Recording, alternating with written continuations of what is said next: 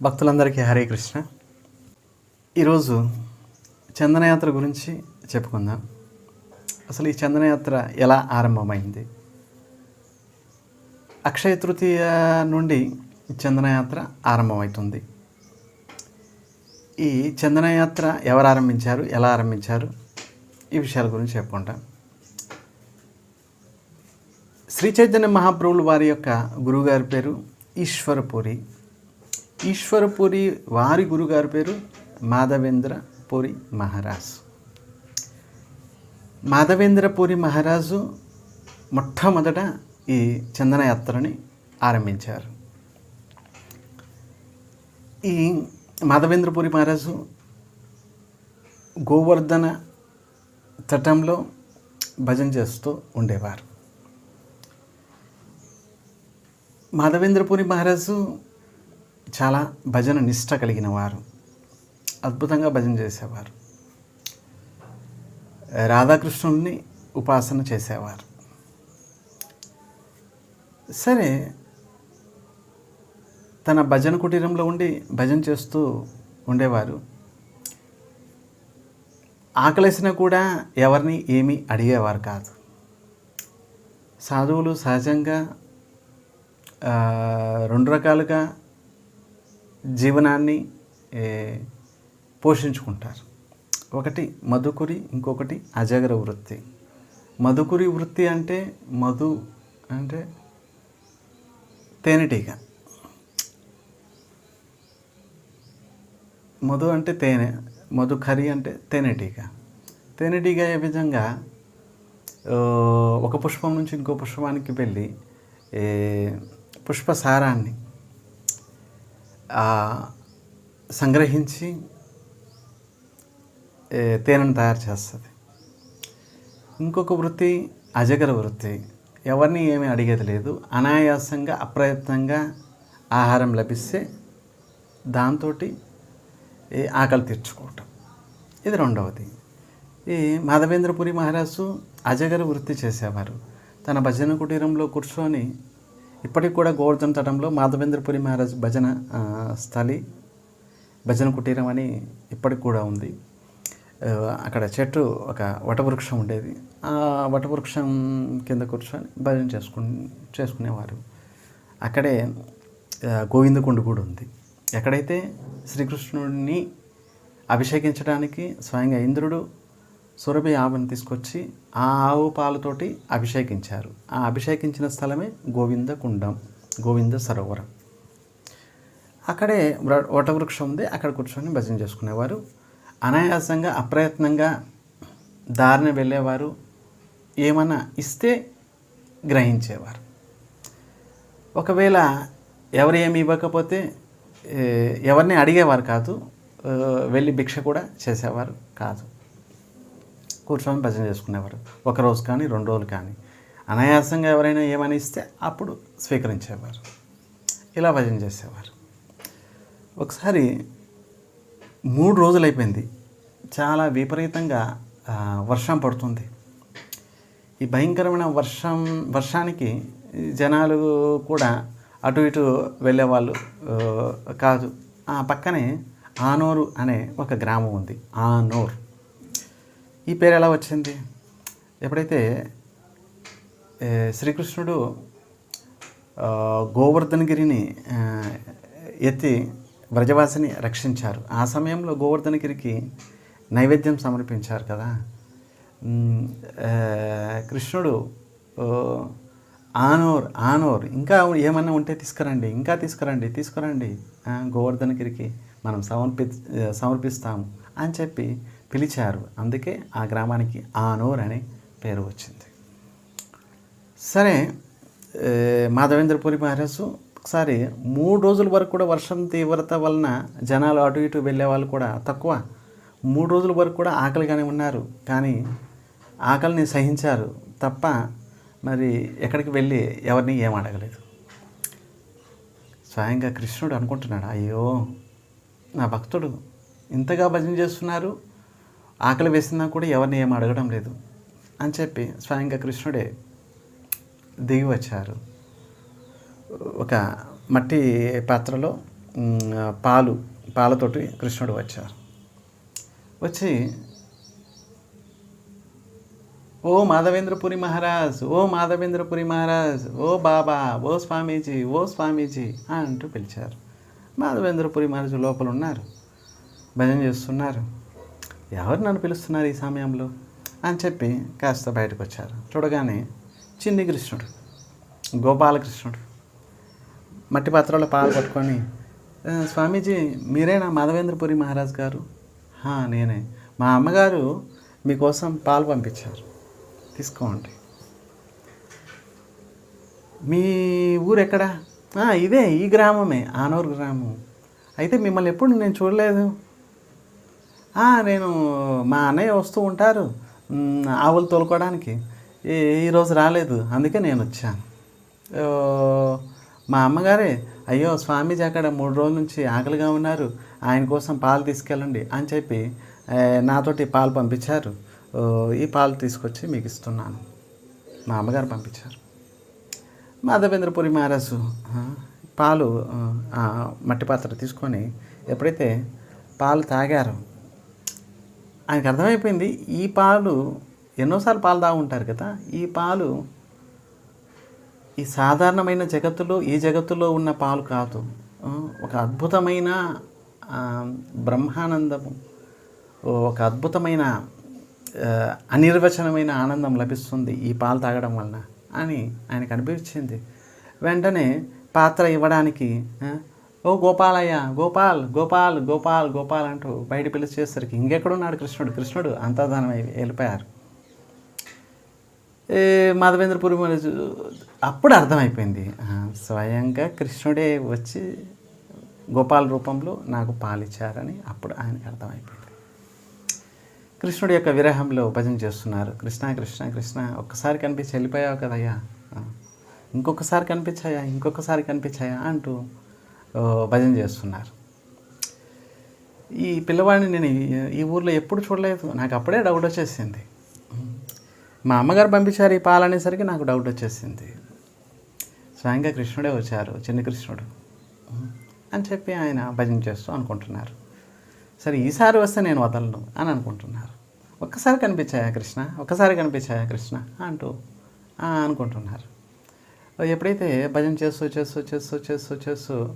ఎప్పుడైతే కాస్త విశ్రాంతి తీసుకున్నారో ఆ సమయంలో కృష్ణుడు కల్లో కనిపించారు.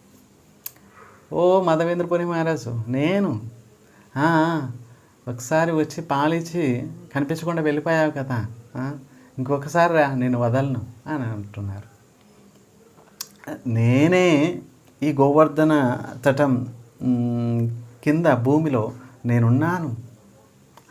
ఆ కింద ఉన్నారా? నేను ఆ కింద ఉన్నాను, ఎన్నో సంవత్సరాల నుంచి ఆ కింద ఉన్నాను. ఎప్పటి నుంచి ఉన్నారేంటి? కృష్ణుడు యొక్క ముని మనవడు వజ్రనాభుడు, ఆయన చేశారు చిన్న కృష్ణుడిని, గోపాలకృష్ణుడిని. గోవర్ధనగిరిని ఎత్తిపట్టినట్లుగా ఎడమ చెయ్యి చిటికెన వేలు ఇలా ఎత్తిపట్టినట్లుగా ఈ విధంగా ఉన్న కృష్ణుడిని తయారు చేశారు కృష్ణుడి యొక్క ముని మనవడు. అప్పుడు స్థాపించారు. తర్వాత మొఘలులు విదేశీ ఆక్రమణ వలన ఆ సమయంలో కృష్ణుడిని గోవర్ధన తటం కింద భూమిలో దాచిపెట్టేశారు. ఇక అలాగ ఉండిపోయారు కృష్ణుడు. ఆ కృష్ణుడు చెప్తున్నాడు మాధవేంద్రపురి మహారాజుతోటి, అయ్యా ఎన్నో సంవత్సరాల నుంచి నేను ఆ భూమిలో ఉండిపోయాను, నన్ను బయటికి తీసి నన్ను పూజించండి అని కృష్ణుడు అన్నారు. వెంటనే మాధవేంద్రపురి మహారాజు కళ్ళు తెరిచారు. అరే కృష్ణుడు ఎన్నో సంవత్సరాల నుంచి ఈ గోవర్ధన తటం భూమిలో ఉన్నారు అని చెప్పి వెంటనే తెల్లవారుజామున ఆనూరు గ్రామం బ్రజవాసుల్ని పిలిచారు. అయ్యా కృష్ణుడు నాకు రాత్రి కల్లో కనిపించారు, ఇక్కడ ఈ చెట్టు దగ్గర ఇక్కడ తవ్వండి, ఇక్కడ కృష్ణుడు తప్పకుండా ఉన్నారు అని చెప్పి ఆ గ్రామస్తులు తవ్వేసరికి లోపల నుంచి కృష్ణుడు బయటకు వచ్చారు. మహాద్భుతం. కృష్ణుడిని తీసుకున్నారు. గోవర్ధనం పైనే ఒక మందిరం కట్టించారు వ్రజవాసులు. ఆ మందిరంలో ఈ కృష్ణుడిని తీసుకొచ్చి ప్రతిష్ఠించారు, ఉంచారు, పూజలు ఆరంభించారు. ఆయన పేరు గోపాలకృష్ణుడు అని పిలిచేవారు. ఈ విధంగా అద్భుతంగా పూజించేవారు మాధవేంద్రపురి మహారాజు. చిన్ని కృష్ణుడు నా మీద దయతలిచారు, ఎన్నో సంవత్సరాల నుంచి ఆ భూమిలో ఉన్నారు, అబ్బా ఇప్పుడు చిన్ని కృష్ణుడు నా మీద దయతలిచి బయటకు వచ్చారు, పూజలు స్వీకరిస్తున్నారు అని అనుకునేవారు మాధవేంద్రపురి మహారాజు. ఇలా ప్రతిరోజు నైవేద్యం పెట్టడం, హారతి ఇవ్వడం, అన్ని పూజలు చేసేవారు మాధవేంద్రపురి మహారాజు. ఆ చుట్టుపక్కల గ్రామస్తులందరూ వచ్చి దర్శించేవారు. ఇప్పటికి కూడా గోవర్ధన్ గిరి పైన మందిరం ఇప్పటికి కూడా ఉంది. ఆనూరు గ్రామం దగ్గరకు వచ్చినప్పుడు పైన మందిరం కనిపిస్తుంటుంది. ఆ మందిరమే మాధవేంద్రపురి మహారాజు 500 సంవత్సరాల క్రితం కట్టిన మందిరం అదనమాట. సరే, ఈ విధంగా అద్భుతంగా పూజలు చేసేవారు. ఒకసారి గోపాలకృష్ణుడు మళ్ళీ మాధవేంద్రపురి మహారాజుతో అన్నారు, భక్తులతోటి ఆ విధంగా మాట్లాడేవారు, కనిపించేవారు, ఆ విధంగా అప్పుడు జరిగేదన్నమాట. ఇప్పుడు కూడా మహాత్ములు ఉన్నారు, పెద్ద పెద్ద భక్తులు ఉన్నారు, భగవంతుడు తోటి మాట్లాడేవారు, దర్శించేవారు ఇప్పటికి కూడా ఉన్నారు. కానీ వారు వచ్చి మనకు చెప్పరు కదా, నాకు నిన్న భగవంతుడిని దర్శించాను, భగవంతుడితో మాట్లాడాను అని వాళ్ళేం మనకేం చెప్పరు. సరే, చిన్ని కృష్ణుడు అంటున్నారు, ఓ మాధవేంద్రపురి మహారాజ్, అబ్బా ఇన్ని సంవత్సరాల నుంచి నేను భూమిలో ఉన్నాను కదా, నాకు వేడిగా ఉంది, కాస్త చల్లదనం కలిగేటట్లుగా కాస్త చందనము తీసుకురా. మాధవేంద్రపురి మహారాజ్, ఎక్కడి నుంచి తీసుకురామంటారండి? నువ్వు వెళ్ళు, జగన్నాథపురి మహారాజు ఉన్నారు, ఆయన్ని చందనం అడుగు, అక్కడ నుంచి చందనం తీసుకురా. ఆ చందనంతో నాకు నా శ్రీయంగాల్ని లేపనం చేయి, నాకు కాస్త చల్లదనం కలుగుతుంది, ఇప్పుడు కాస్త వేడిగా ఉంది నాకు అన్నారు చిన్ని కృష్ణుడు. మాధవేంద్రపురి మహారాజు అప్పటికి వృద్ధులయ్యారు. అయినా కూడా బృందావనం నుంచి, గోవర్ధనగిరి నుంచి నడుచుకుంటూ వెళ్ళారు జగన్నాథపురి. మార్గమధ్యంలో రెమున అనే ఒక ప్రదేశం ఉంది, ఎక్కడైతే గోపీనాథుడు సేవింపబడుతున్నారు. గోపీనాథు మందిరం ఉంది. ఈ గోపీనాథుడు ఎవరు? స్వయంగా శ్రీరామచంద్రుడు తన హస్తకమలంతో తయారు చేసిన శ్రీ విగ్రహమే ఈ గోపీనాథుడు. సీతాదేవికి దర్శింప చేయడానికి గోపీనాథుడిని తయారు చేశారు. ఈ చిన్న కథ ఉంది. ఎప్పుడైతే త్రేతాయుగంలో దండకారణ్యంలో నివసించేటప్పుడు సీతాదేవి ఒకసారి శ్రీరామచంద్రుడిని అడిగింది, స్వామి వేల మంది ఋషిముండు వచ్చి మిమ్మల్ని దర్శిస్తున్నారు, అద్భుతమైన రూపం మీది, మిమ్మల్ని దర్శించకుండా ఒక్క క్షణం కూడా ఉండలేకపోతున్నారు అన్నారు.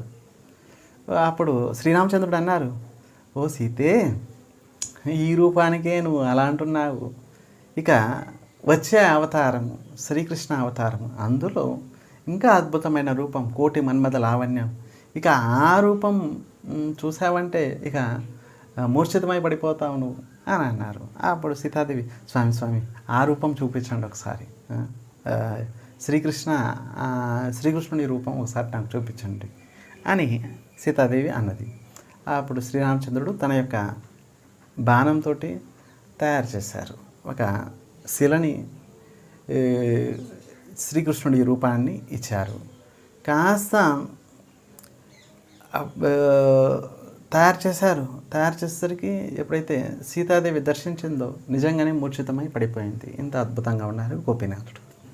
తర్వాత ఇక చెట్లతోటి దాచిపెట్టేశారు శ్రీరామచంద్రుడు, ఇక ఎవరికి తెలియకూడదని చెప్పి. ఆ రూపమే గోపీనాథుడు. తర్వాత ఇలా ఎలా వచ్చింది, ఎలా సేవింపబడింది, ఈ విషయాలు చాలా ఉన్నాయి. ఆ విషయాలు మనం తర్వాత చెప్పుకోవచ్చు. ఇక గోపీనాథుడు ఉన్నారు అక్కడనే ఆయన్ని దర్శించారు. రెమున అంటారు. ఈ బాలేశ్వర్ దగ్గర నుంచి ఒక 8-10 కిలోమీటర్లు దూరం, ఒడిస్సాలో ఉంది బాలేశ్వర్. ఈ బాలేశ్వర్ అక్కడ నుంచి 8 కిలోమీటర్ల దూరంలో రెమున, అక్కడే ఈ గోపీనాథుడు ఉన్నారు. వెళ్ళినప్పుడు నైవేద్యం పెట్టారు పూజారి. మాధవేంద్రపురి మహారాజు సరే అక్కడే కూర్చున్నారు. నైవేద్యం అయిపోయిన తర్వాత హారతి ఇచ్చారు స్వామికి. ఆ, హారతి దర్శించారు. తర్వాత మాధవేంద్రపురి మహారాజు పూజారిని అడిగారు, స్వామి స్వామి మీ గోపీనాథుడికి ఏం నైవేద్యం పెడతారు? మేము పాయసం పెడతామండి, రోజు మాకు పాయసం పెడతాము, స్వామికి పాయసం అంటే ఇష్టం. గోపీనాథుడు యొక్క పాయసాన్ని ఒకసారి రుచి చూడాలనే కోరిక మాధవేంద్రపురి మహారాజు మనసులో వచ్చింది. సరే సరే ఒకసారి ఇక్కడ నైవేద్యం పెట్టే పాయసం ఒకసారి రుచి చూస్తే ఈ విధంగా నేను కూడా పాయసం తయారు చేస్తాను, నా గోపాలకృష్ణుడికి గోవర్ధనగిరిలో నేను భోగం పెడతాను అనే ఆలోచన వచ్చింది. సరే సరే ఒకసారి పాయసం ఇవ్వండి, నేను రుచి చూస్తాను అని అడగలేకపోయారు మాధవేంద్రపురి మహారాజు. సరే సరే ఒకసారి పాయసం రుచి చూడాలని ఉంది, కానీ ఉచితం కాదు. అయ్యా మేము ప్రసాదం మాకు ఇవ్వండి అని అడగడం ఉచితం కాదు. సరే సరే ఇంకెప్పుడైనా అవకాశం లభించినప్పుడు పూజారి ఇచ్చినప్పుడు నేను తీసుకుంటానులే అని అనుకొని అక్కడ నుంచి ఇంకాస్త ఒక 2 కిలోమీటర్ల దూరంలో ఒక చెట్టు కింద కూర్చొని భజన చేస్తున్నారు. ఇక్కడ చూడండి, భగవంతుడు అంతర్యామి. భక్తుల యొక్క కించిత్ కాస్త కోరికన్నా కూడా ఆ కోరికను పూర్తి చేయడానికి భగవంతుడు వెంటనే ప్రయత్నిస్తారు. ఎప్పుడైతే పూజారి సరే మందిరం కట్టేసి ఇంటికి వెళ్ళిపోయిన తర్వాత గోపీనాథుడు స్వయంగా కల్లో కనిపిస్తున్నారు పూజారికి.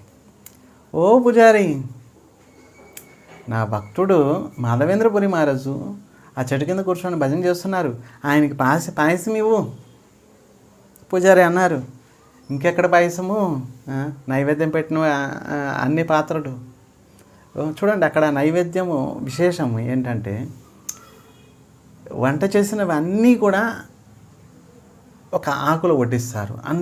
ఎన్ని వంట చేసిన ఉన్నవి అన్నిటిని తీసుకొచ్చి ఎన్ని ఆకులైనా సరే పెట్టేసి ఆకుల్లో వడ్డిస్తారు. ఎలా మనం ఆకులో వడ్డించుకొని మనం కూర్చొని తీసుకుంటామో అలా నైవేద్యం పెడతారు. అక్కడ మట్టి పాత్రలు ఎన్నో ఉన్నాయి, అన్ని పాత్రల్లో వారు పాయసం నైవేద్యం పెట్టారు. సరే భగవంతుడు అంటున్నారు, పూజారి అంటున్నారు, ఇంకెక్కడ పాయసం అయిపోయింది, మా ఇంట్లో వాళ్ళందరూ తీసేసుకున్నారు. అప్పుడు గోపీనాథుడు అంటున్నారు, లేదు నేను ఒక పాయసము దొంగిలించి నా ఉత్తరి వెనక నేను దాచిపెట్టేశాను, ఆ పాయసం తీసుకెళ్ళి నా భక్తుడు మాధవేంద్రపురి మహారాజ్కి ఇవ్వండి. చూడండి, భగవంతుడు దాచిపెట్టడం అంటే ఏంటి? దొంగతనం. చౌరాగ్రగణ్యం పురుషం నమామి. దొంగతనం చేసేవాళ్ళు ఎంతోమంది ఉంటారు ఈ జగత్తులో. కానీ ఈ దొంగలందరికీ కూడా పెద్ద దొంగ, ఈ పెద్ద దొంగలు అందరికి కూడా ఇంకా పెద్ద దొంగ, అందరికి మించిన దొంగ చిన్ని కృష్ణుడు. హృదయాన్ని సైతం దొంగిలించగలడు. మరి అటువంటి ఆయన పాయసం దొంగిలించారంటే పెద్ద సమస్య కాదు, పాలు పెరుగు దొంగిలించారంటే ఆయనకి పెద్ద సమస్య కాదు. భక్తుల యొక్క హృదయాన్ని, భక్తుల యొక్క మనసును కూడా దొంగిలించేస్తారు. నేను పాయసం దొంగిలించి అక్కడ పెట్టేశాను, ఆ పాయసం తీసుకెళ్ళి అని అంటారు. పూజారి వెంటనే పరిగెత్తుకుంటూ వచ్చి మందిరం తెరిచి ఎప్పుడైతే ఉత్తరి వెనక చూసేసరికి పాయసం గిన్నె ఉంది. వెంటనే పాయసం పట్టుకొని వెళ్ళారు ఆ చెట్టు దగ్గరికి. ఓ మాధవేంద్రపురి మహారాజ్, ఎవరే ఇక్కడ మాధవేంద్రపురి మహారాజ్? స్వామి మీరా? సరే మీకోసము గోపీనాథుడు పాయసం దొంగిలించారయ్యా, ఈ పాయసం మీకు ఇవ్వమని స్వామి నాకు చెప్పారు, అందుకే నేను పాయసం తీసుకొచ్చాను అని అన్నారు పూజారి. మాధవేంద్రపురి మహారాజు వెంటనే అష్టసాత్విక వికారాలు వచ్చాయి. నా కోసం స్వామి ఎంత అయ్యో అనవసరంగా ఈ ఆలోచన వచ్చిందే నాకు, అయ్యో నా కోసం స్వామి పాయసం దొంగిలించారు అయ్యో అని మరి జనాలందరికీ తెలిసిపోతే అందరూ వచ్చి నాకు ప్రణామం చేస్తారు. చూడండి, శుద్ధ భక్తుడి యొక్క హృదయం ఎలా ఉంటుంది. భగవంతుడికి కూడా కించిత్ కొద్ది కూడా నేను కష్టం ఇవ్వడానికి ఇష్టపడరు శుద్ధ భక్తులు. అరే భగవంతుడికి కష్టం ఇవ్వకూడదు. సరే నా కోసం దొంగిలించారు, జనాలందరూ తెలిస్తే అందరూ వచ్చి ప్రణామం చేసి జయ హో అని చెప్పి నన్ను ఎత్తేస్తారు. సరే ఇక్కడ నుంచి నేను వెళ్ళిపోవాలి. ఆ పాయసం తీసుకున్నారు, ఆస్వాదించారు. అబ్బా అద్భుతంగా ఉంది ఈ పాయసం, ఇలాంటి పాయసాన్ని నేను గోవర్ధనగిరిలో నా చిన్ని కృష్ణుడికి నేను పెడతాను అని నిర్ణయించుకున్నారు. పాయసం తిన్నారు. ఏ మట్టి పాత్ర అయితే కృష్ణుడు యొక్క చెయ్యి స్పర్శ అయింది, ఆయన హస్తకమలం స్పర్శ అయింది, ఆ మట్టి పాత్రని, ఆ మట్టి చూర్ణం చేసి ఆ మట్టిని తన ఉత్తరీయంలో కట్టేసుకొని కాస్త ప్రతిరోజు కూడా ఆ మట్టిని కూడా స్వీకరించేవారు మాధవేంద్రపురి మహారాజు. ఆ మట్టి కూడా చిన్మయం అయిపోయింది భగవంతుడు స్పర్శ చేయడంతో. సరే, అక్కడ నుంచి జగన్నాథపురి వెళ్ళారు. ఈ లోపల స్వామి స్వయంగా జగన్నాథపురిలో ఉన్న మహారాజు గారు, అప్పుడు రాజులు పరిపాలించే సమయం, మహారాజు గారికి కల్లో చెప్పారు, నా భక్తుడు వస్తారు, ఆయనకి చందనం ఇవ్వండి అని. ఇక వెళ్ళి నాకు కూడా స్వామి కల్లో కనిపించారు, రండి రండి అంటూ పూరి మహారాజు స్వాగతం చెప్పారు. రండి కూర్చోండి, స్వామి నాకు కల్లో చెప్పారు మీరు వస్తారని. చందనం అంతా కూడా నేను సంగ్రహించి రెడీ చేసి పెట్టాను. అలాగే మీతోటి కూడా ఒక 10 మందిని నేను పంపిస్తాను, రథాన్ని పంపిస్తాను, మీరు తీసుకెళ్ళిపోవచ్చు అని చెప్పి మహారాజు అన్నారు. సరే, ఇక బయలుదేరినప్పుడు మళ్ళీ కృష్ణుడు మాధవేంద్రపురి మహారాజుతో అన్నారు, అయ్యా గోవర్ధనగిరి ఇక్కడ దాకా ఆ చందనం తీసుకురావాల్సిన అవసరం లేదు, మరి ఆ గోపీనాథుడినే నేనే కదా, మరి గోపీనాథుడికి సమర్పించండి, ఆయన సమర్పిస్తే నేను ఇక్కడ చల్లగా అయిపోతాను, ఇక్కడ నేను తృప్తి అయిపోతాను అని చిన్ని కృష్ణుడు అన్నారు. వెంటనే ఆ చంద్రమంత తీసుకెళ్ళి గోపీనాథుడికి సమర్పించారు. ఆ రోజు నుంచి ఈ చందన యాత్ర ఆరంభమైంది. అప్పటి నుంచి ప్రతి సంవత్సరం కూడా అక్షయ తృతీయ రోజు చందన యాత్ర ఆరంభమవుతుంది. జగన్నాథపురిలో 21 రోజులు పర్యంతం ఈ చందనయాత్ర ప్రతిరోజు కూడా స్వామికి అద్భుతంగా శ్రీయంగాల్లో చందనం రాస్తారు. ప్రతిరోజు కూడా జగన్నాథపురిలో ఉత్సవ విగ్రహం శ్రీ మదనమోహన్ స్వామి సరస్వతితోటి లక్ష్మితోటి బయలుదేరుతారు. ప్రతిరోజు కూడా సాయంత్రం పూట పంచపాండవులు అంటే పంచమహాదేవులు 5 మహాదేవులు వారితోటి కలిసి నరేంద్ర సరోవరానికి వస్తారు. ఓ నావలో జల విహారం చేస్తారు, జలయాత్ర అంటారు. మరి అక్కడే చందనం రాసుకొని వస్తారు కదా, ఆ యొక్క కుండ ఒకటి ఉంది. ఆ కుండలో పసుపు, కర్పూరము, అగురు, చందనము ఇవన్నీ సుగంధులు అన్నీ పెట్టి అందులో స్నానం చేస్తారు స్వామి. లక్ష్మీ సరస్వతి ముగ్గురు కూడా అక్కడ స్నానం చేస్తారు. అలాగే నావలు తిరుగుతారు. ఈ విధంగా చందనయాత్ర ఆరంభమైంది. అప్పటి నుంచి ఇప్పటి వరకు కూడా చందనయాత్ర కొనసాగుతుంది. వైష్ణవులకి ప్రాణము చందనయాత్ర. ఎంతో పరిశ్రమ చేసి చందనము నూరి ఆ యొక్క చందనాన్ని స్వామి యొక్క శ్రీయంగాలకి అద్ది భక్తులు ఎంతో ఆనందాన్ని పొందుతారు. కనుక ఈ చందనయాత్ర ఎలా ఆరంభమైంది అన్న విషయం ఈరోజు మనం చెప్పుకున్నామండి. ధన్యవాదం. హరే కృష్ణ.